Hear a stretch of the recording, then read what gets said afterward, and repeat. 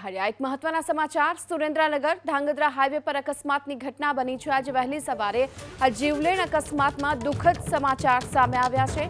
ધાંગધ્રાથી અમદાવાદ તરફ જતા હાઈવે પર કાર પલટી ખાઈ ગઈ, જેના કારણે 4 લોકોના મોત થયા છે।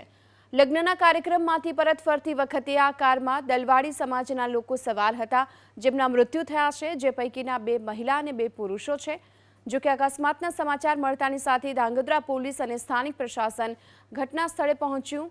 દુર્ભાગ્યવશ 4 લોકોને બચાવી નથી શકાયા। વધુ વિગતો મેળવીએ સંવાદદાતા જયદેવસિંહ આપણી સાથે જોડાઈ ચૂક્યા છે। જયદેવ, અકસ્માતને લઈ શું વિગતો?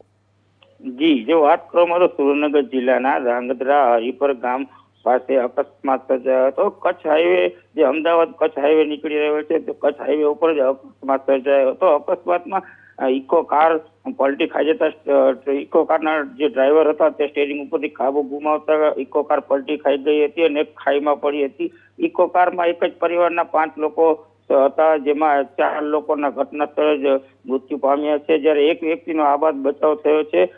ઇકો કારમાં જે 5 વ્યક્તિઓ હતા, જેમાં યજ્ઞેશભાઈ ઉર્ફે કાનાભાઈ હિતુભાઈ જાદવ, ઇન્દુબેન જીતેન્દ્રભાઈ જાદવ, રાધાબેન નીલકંઠભાઈ જાદવ તેમજ ઘનશ્યામભાઈ બાબુભાઈ ચાવડા, જે 4 લોકો હતા તેના ઘટના સ્થળે મોત થયા છે અને એક વ્યક્તિનો આબાદ બચાવ થયો છે। આ ઘટનાની જાણ થતાં તાલુકા પોલીસ ઘટના સ્થળે ગઈ અને ડેડ બોડીને પીએમ માટે ધાંગધ્રા સરકારી હોસ્પિટલ ખાતે ખસેડવામાં આવી હતી, જ્યારે એક વ્યક્તિને સામાન્ય રીતે થતા તેને સારવાર માટે ધાંગધ્રા સરકારી હોસ્પિટલ ખસેડવામાં આવી છે। પ્રશાસન સાથે મોટી સંખ્યામાં ગામ લોકો પણ આસપાસના લોકો પણ ત્યાં આવી ગયા હતા અને બચાવ કાર્યની શરૂઆત કરી હતી। જી, આભાર આપનો સમગ્ર માહિતી બદલ। તો ધાંગધ્રા અમદાવાદ હાઈવે પર અકસ્માતની ઘટના, કુલ 4 લોકોના મોત થયા છે। પોલીસ પણ અત્યારે ઘટના સ્થળ